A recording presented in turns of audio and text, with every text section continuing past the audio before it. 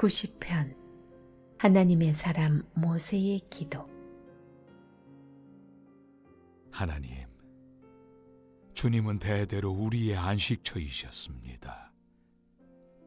오래전 산들이 생겨나기 전부터, 주께서 땅을 지으시기 전부터, 아주 오랜 옛적부터 주님의 나라가 임할 때까지 주님은 하나님이십니다.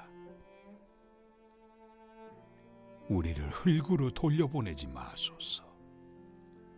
내 근원으로 돌아가라 말씀하지 마소서. 참으소서. 주께서는 세상의 모든 시간을 쥐고 계십니다. 1000년이나 하루나 주께는 매 한 가지입니다. 주께는 우리가 아련한 한순간의 꿈에 불과한지요. 해 뜰 때 멋들어지게 돋아났다가 속절없이 베이고 마는 풀잎에 불과한지요. 감당할 수 없는 주님의 진노에 우리는 옴짝달싹할 수 없습니다. 주께서는 우리의 모든 죄를 놓치지 않으시고 어릴 적부터 저지른 악행을 주님의 책에 낱낱이 기록하셨습니다. 우리가 기억하는 것은 잔뜩 찌푸린 주님의 얼굴뿐입니다. 우리가 받을 대가가 그것이 전부인지요. 우리 수명은 70 남짓, 운이 좋으면 80입니다. 그렇게 살아서 내놓을 것이 무엇이겠습니까? 고통뿐입니다. 수고와 고통과 묘비 하나가 전부입니다. 누가 그러한 진노를 주님을 두려워하는 자들에게 터뜨리시는 그 노여움을 이해할 수 있겠습니까?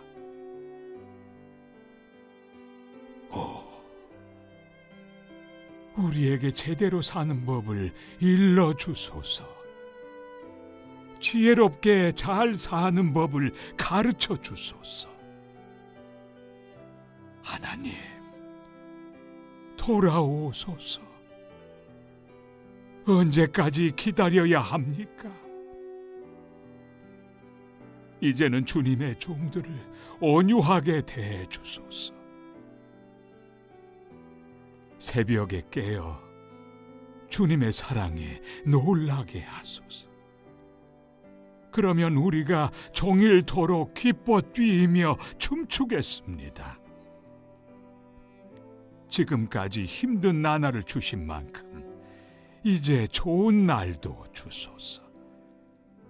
불행이라면 평생 동안 충분히 겪었습니다. 주님의 종들에게 드러내 주소서. 주님의 능하신 모습을, 주님의 자녀들을 다스리시고 그들에게 복 주시는 모습을. 주 우리 하나님, 은혜를 베푸셔서 우리가 하는 일이 잘 되게 하소서. 그렇게 해 주소서. 우리가 하는 일이 틀림없게 해 주소서.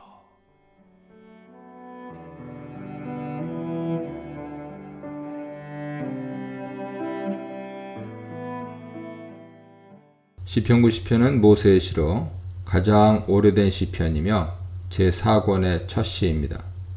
이 시편에서는 인간 수명이 길어야 7, 80세라고 말하며 인간의 한정된 삶을 회한하죠. 하나님으로부터 생명을 얻은 인간은 죄로 인해 죽을 운명이 되었습니다. 창세기 5장 아담부터 노아에 이르는 족보를 보면 그 당시는 보통 사람이 900세 이상을 살았습니다. 그러나 홍수 후 수명의 현저한 감소가 예상되었고요. 11장 노아의 아들 셈부터 아브라함에 이르는 족보에서는 사람 수명이 500세에서 200세까지 줄었으며 아브라함은 175세, 요셉은 110세에 죽는 등 사람 수명이 100세 전후에 머물게 되었습니다. 1, 2절입니다. 하나님을 향해 주여 아도나이라고 외치며 시인은 하나님이 대대에 걸쳐 그와 이스라엘 공동체의 거처가 되셨다고 선포합니다. 거처는 사자나 승냥이 등 짐승의 은신처, 하나님의 거주지 등을 가리킬 때 사용된 단어입니다. 그러므로 하나님이 시인과 공동체에게 거주지가 되셨다는 말은 하나님이 그들을 안전히 보호하고 지켜주셨음을 의미하죠. 하나님은 그 세대뿐 아니라 후손 세대 내내 그들의 안식처가 되어주셨습니다. 이 하나님은 어떤 분이십니까? 그는 세상이 창조되기 전부터 이미 계신 분이며 앞으로도 영원토록 살아계실 분이죠. 그는 산과 땅, 세계 모두를 창조하신 창조주시며 온 우주를 통치하시는 주권자십니다. 이 하나님은 영원부터 영원까지 변치 않으신 하나님이시죠. 3절로 6절입니다. 이스라엘의 거처가 되신 하나님은 영원하시나 인간의 삶은 유한하고 덧없습니다. 하나님이 인간을 창조하실 때 땅의 흙으로 그를 지으셨고 생명을 축복으로 주셨습니다. 그러나 인간은 하나님 명령에 불순종했고 그 대가로 생명을 잃고 다시 흙으로 돌아갈 운명에 놓였습니다. 시인은 여기서 흙 대신 티끌, 가루가 된 거죠. 티끌이란 단어를 사용하여서 죄지은 인간 상태를 흙보다 더 보잘것없는 것으로 낮춥니다. 또한 너희 인생들은 돌아가라 하는 하나님 말씀을 인용함으로써 생명과 죽음을 결정하는 분이 하나님이심을 암시하고 인간의 죽음이란 피할 수 없는 운명이며 하나님으로부터 확정된 결정임을 부각시킵니다. 덧붙여 시인은 하나님과 인간 편에서 바라보는 시간에 대해 언급합니다. 인간에게 있어 천년은 엄청나게 긴 기간이지만 하나님께는 어제의 한 날이나 밤의 한순간처럼 짧은 시간일 뿐이죠. 그러므로 사람이 천년을 산다 해도 그 기간이 하나님 앞에서는 밤의 한 자락밖에 되지 않으니 현실에서 그보다 훨씬 짧은 삶을 사는 인간에게 주어진 시간은 하나님 보시기에 얼마나 더 짧고 하찮겠습니까? 홍수가 몰려와 짧은 시간에 모든 것을 휩쓸고 지나가듯 하나님 앞에서의 인생은 그렇게 힘없이 사라지고 마는 존재죠. 잠깐 자는 것처럼 경각의 삶을 살다 죽게 되는 존재입니다. 불이 아침에 돋아서 꽃을 피우고 자라나 저녁이 되면 시들어 말라버리듯 인간도 성장하여 꽃을 피우는 시기가 있지만 곧 노쇠하여 죽음을 맞이하게 됩니다. 7절로 10절입니다. 이제 시인은 하나님의 분노로 주제를 바꾸며 인간의 유한하고 덧없는 삶이 인간의 죄와 하나님의 분노의 결과임을 부각시키면서 이 둘 사이의 상관관계에 집중합니다. 7절 번역에는 나오지 않지만 이 절은 참으로, 진실로 라는 강조어로 시작하며 인간 죄악에 대한 하나님의 분노로 인해 인간이 쉽게 소멸하고 두려움에 떠는 존재임을 설명합니다. 죄를 미워하고 죄가 없으신 하나님 앞에서는 각 사람의 죄와 은밀한 죄가 낱낱이 밝혀집니다. 우리의 모든 날이 당신의 분노 중에 지나가며 란 말은 우리가 짓는 죄가 사는 모든 날 동안 계속되므로 일평생 하나님의 분노를 벗어날 수 없다는 뜻입니다. 우리의 평생이 순식간에 다하였나이다에서 순식간은 신음, 한숨의 뜻이므로 이 문장의 의미는 사람 일생이 죄와 하나님의 분노의 결과로 인해 한숨을 내쉬듯 한순간에 지난다는 뜻입니다. 11절에서도 시인은 인생의 짧은 유한, 그리고 무상함, 그리고 하나님의 진노에 대해 계속 설명합니다. 창조 직후 사람들은 1000년 가까이 살다 죽었지만 홍수 이후 인간의 수명은 점점 줄어 100년 안팎까지 이르렀습니다. 시인은 인간의 연수가 70이며 건강하게 살아도 80이라고 말하며 인생의 유한하고 짧음에 대해 한탄합니다. 더구나 그는 그 연수의 자랑은 수고와 슬픔뿐이요 라고 말합니다. 수고는 노동, 일, 노고의 뜻이며 슬픔은 속임, 해로움, 거짓, 불의 등의 뜻을 갖고 있습니다.